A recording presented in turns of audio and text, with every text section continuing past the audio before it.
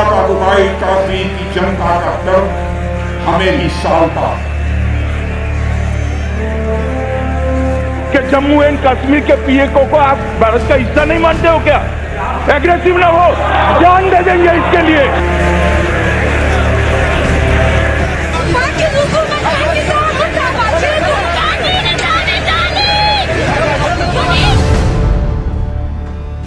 होठों पे तबस्सुम, कभी पलकों पे सितारे, ये दिल की करामात इधर भी है उधर भी है। बेचैन अगर मैं हूं तो वो भी है परेशान, दर पर्दा कोई बात इधर भी है उधर भी है। ये लाइनें बयां करती हैं उस स्थिति को जो आजकल लाइन ऑफ कंट्रोल के दोनों तरफ बनी हुई है। भारत के बड़े नेताओं और सेना के शीर्ष अधिकारियों के हाल में ही पाकिस्तान ऑक्यूपाइड जम्मू कश्मीर यानी कि पीओजेके को लेकर दिए गए बयानों से पाकिस्तान में अच्छी खासी बेचैनी है। पाकिस्तान के नेताओं की नींद जैसे उड़ सी गई है। सीमा रेखा के उस पार से आतंकवादियों को ट्रेनिंग देने वालों और भारत की सीमा में आतंकवादी घुसपैठ कराने वालों में घबराहट है। सीमा के इस पार भी पाकिस्तान के हमदर्द अच्छे खासे परेशान हैं। जी हां, बात ही कुछ ऐसी है। दरअसल भारत के रक्षा मंत्री राजनाथ सिंह ने हाल ही में कहा कि पाक अधिकृत जम्मू कश्मीर में लोगों के खिलाफ अत्याचार करने के लिए पाकिस्तान को परिणाम भुगतना होगा। राजनाथ सिंह से पहले भारत के आर्मी चीफ कई बार कह चुके हैं कि जब भी देश की संसद कहेगी हम पीओजेके वापस ले लेंगे। रितम के इस एपिसोड में हम आज इसी पीओजेके पर चर्चा करेंगे। नमस्कार, मैं हूं भारती बघेल और आप मेरे साथ देख रहे हैं रितम का खास प्रोग्राम बड़ी बात।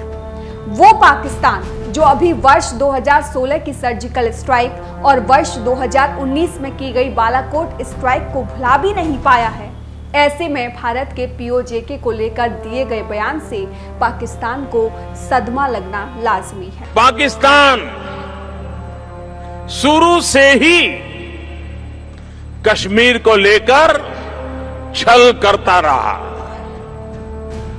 1948 में, 65 में, 71 में उसने यही किया।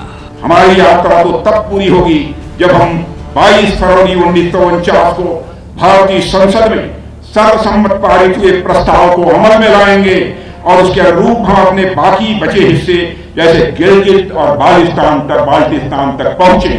कि जम्मू एंड कश्मीर के पीएको को आप भारत का हिस्सा नहीं मानते हो क्या? एग्रेसिव ना हो, जान दे देंगे इसके लिए। Parliamentary resolution already exists on the subject, so therefore it's nothing new. It is part of the parliamentary resolution.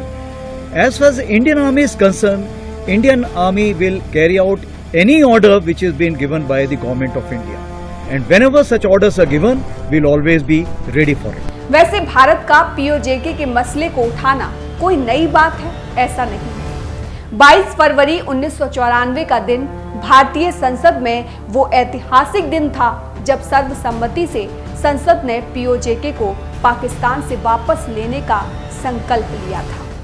उस समय केंद्र में सरकार का नेतृत्व तत्कालीन प्रधानमंत्री पीवी नरसिम्हा राव कर रहे थे। पीओजेके को लेकर जो प्रस्ताव भारतीय संसद में लाया गया, इस संकल्प में दोहराया गया कि जम्मू और कश्मीर राज्य भारत का अभिन्न अंग रहा है और रहेगा और इसे देश के अन्य भागों से अलग करने के किसी भी प्रयास का सभी आवश्यक संसाधनों के माध्यम से विरोध किया जाएगा। भारत के पास अपनी एकता, संप्रभुता और क्षेत्रीय अखंडता के विरुद्ध सभी योजनाओं और आकांक्षाओं का दृढ़ता से सामना करने की इच्छा शक्ति और क्षमता है। पाकिस्तान को भारतीय राज्य जम्मू कश्मीर के उन क्षेत्रों को खाली करना चाहिए जिन पर उन्होंने आक्रामकता के माध्यम से कब्जा कर लिया है। आखिर पीओजेके क्यों इतना महत्वपूर्ण है? पीओजेके का इतिहास क्या है? मुस्लिम बहुल होते हुए भी वो कौन सी सांस्कृतिक समानताएं हैं जो पीओजेके को भारतीयता के नजदीक लाती हैं? क्या पीओजेके मात्र चुनावी स्टंट है या मोदी सरकार पीओजेके को लेकर कुछ गंभीर कदम उठाने जा रही है?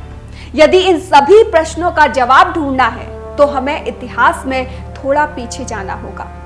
1947 में भारत विभाजन से पहले जम्मू एंड कश्मीर 263,717 वर्ग किलोमीटर क्षेत्र में फैला हुआ था, जिससे यह आकार में सबसे बड़ा रजवाड़ा राज्य था।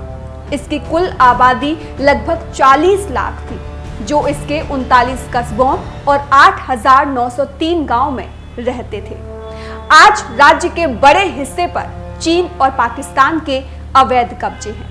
वास्तव में बामुश्किल 139,443.92 वर्ग किलोमीटर के भारत के नियंत्रण में होने के कारण भारत अपने भौगोलिक क्षेत्र का लगभग 46% प्रशासन करता है।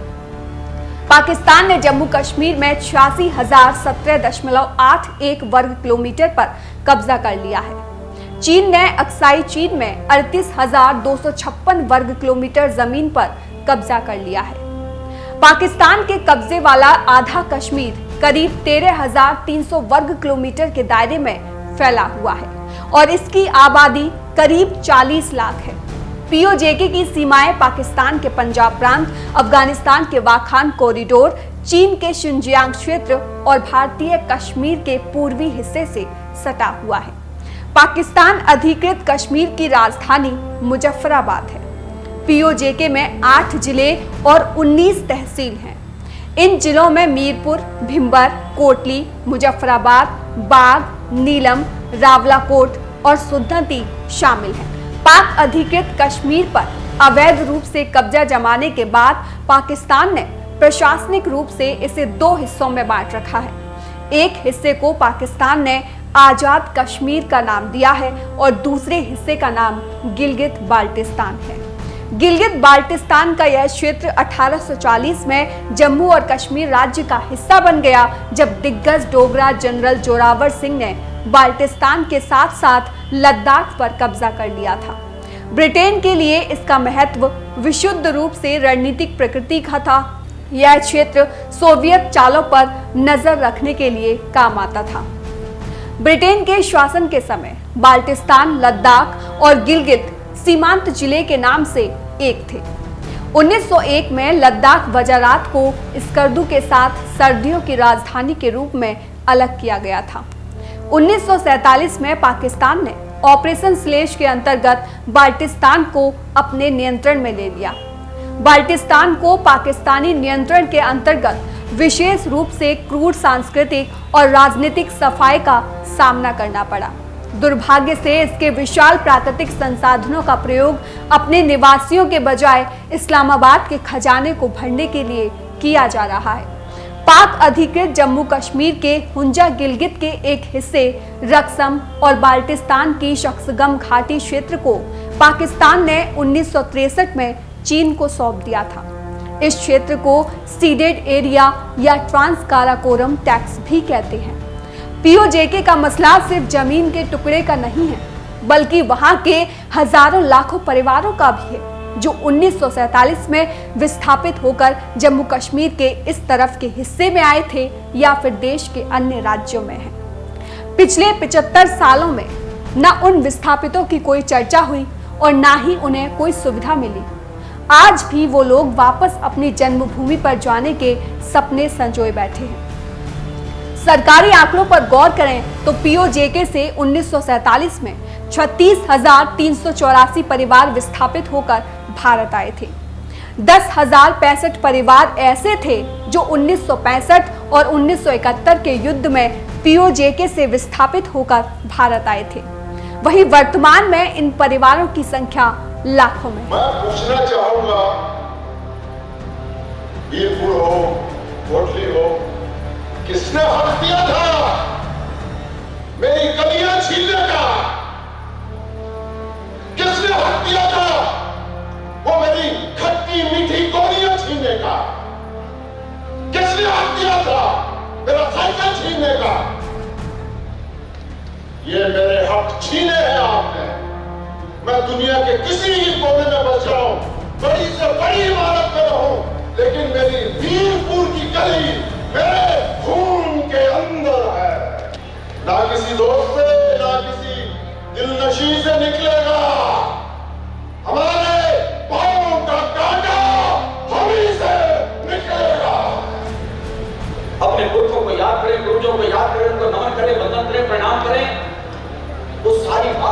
ठीक है, लेकिन स्वामी धर्मदेव उससे अलग हट करके थोड़ा सा और निवेदन करना चाहता है। उनको मैं श्रद्धासुमन समर्पित कर सकता हूं, उनको श्रद्धांजलि दूंगा, दे रहा हूं, उनको याद करूंगा, उनके बलिदान को, उनकी कुर्बानी को, उनकी शहादत को याद करो, अपनी मातृभूमि को वर्णन करो, सिमरन करो उसका।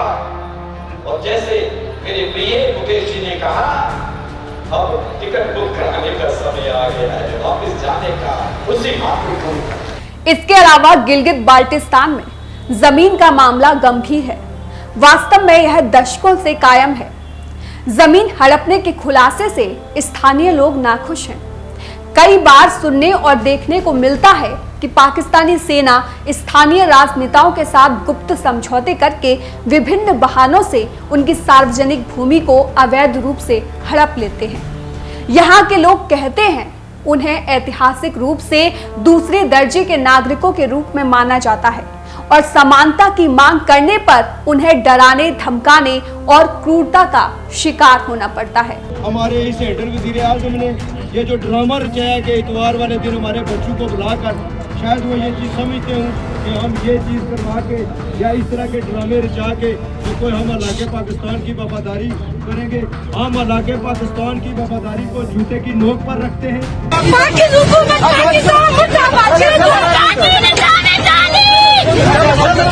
आर पार जोड़ दो, कारगिल रोड खोल दो, आर पार जोड़ दो, कारगिल रोड खोल दो। ये साम्राज्य की ये जम्मू कश्मीर नहीं है, ये अफगानिस्तान नहीं है, ये जम्मू कश्मीर नहीं है जहाँ पे साम्राज्य की गोलियां पहुंच आई है।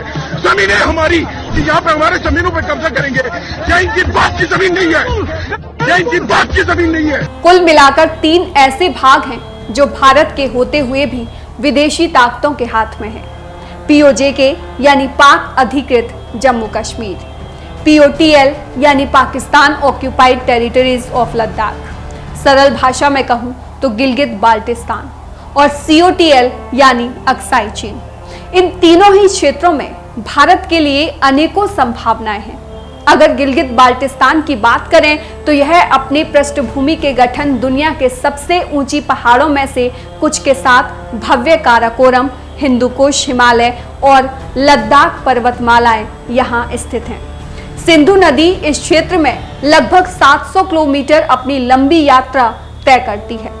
इस भूमि में कई नीले पानी की झीलें हैं। दुनिया के कुछ सबसे लंबे ग्लेशियर, सफेद रेत के टीले और गहरी नालियां हैं जो दुनिया में कहीं और नहीं देखी जाती हैं।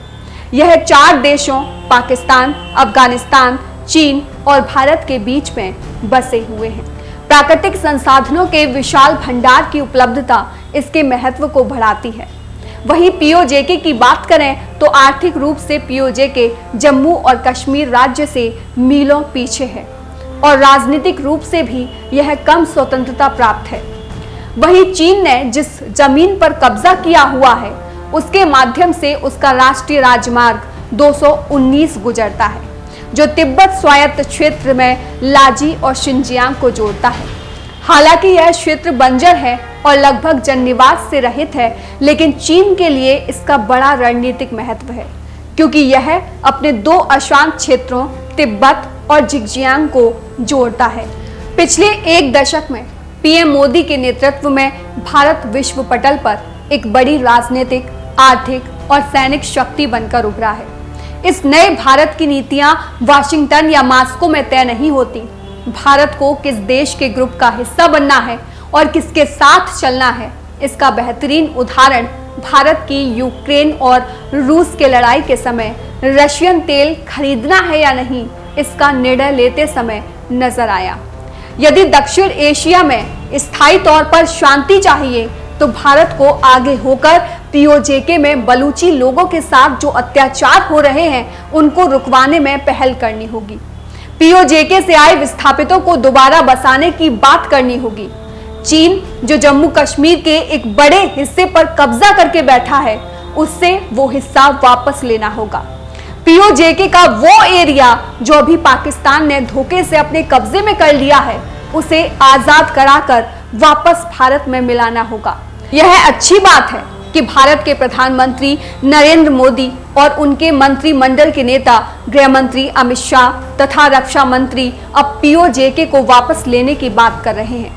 22 फरवरी 1994 को भारतीय संसद द्वारा पीओजेके को आजाद कराने का संकल्प यदि मोदी जी के इस कार्यकाल में पूरा होता है तो यह पीएम मोदी का भारतीय जनता को दिया हुआ सबसे बड़ा उपहार होगा। तो ये था बड़ी बात का एक बड़ा मुद्दा। आप सभी से फिर मुलाकात होगी एक नए मुद्दे के साथ। जय हिंद। पाक और दुबई कश्मीर की जनता का दर्द हमें भी सालता कि जम्मू एंड कश्मीर के पीएको को आप भारत का हिस्सा नहीं मानते हो क्या? एग्रेसिव ना हो, जान दे देंगे इसके लिए।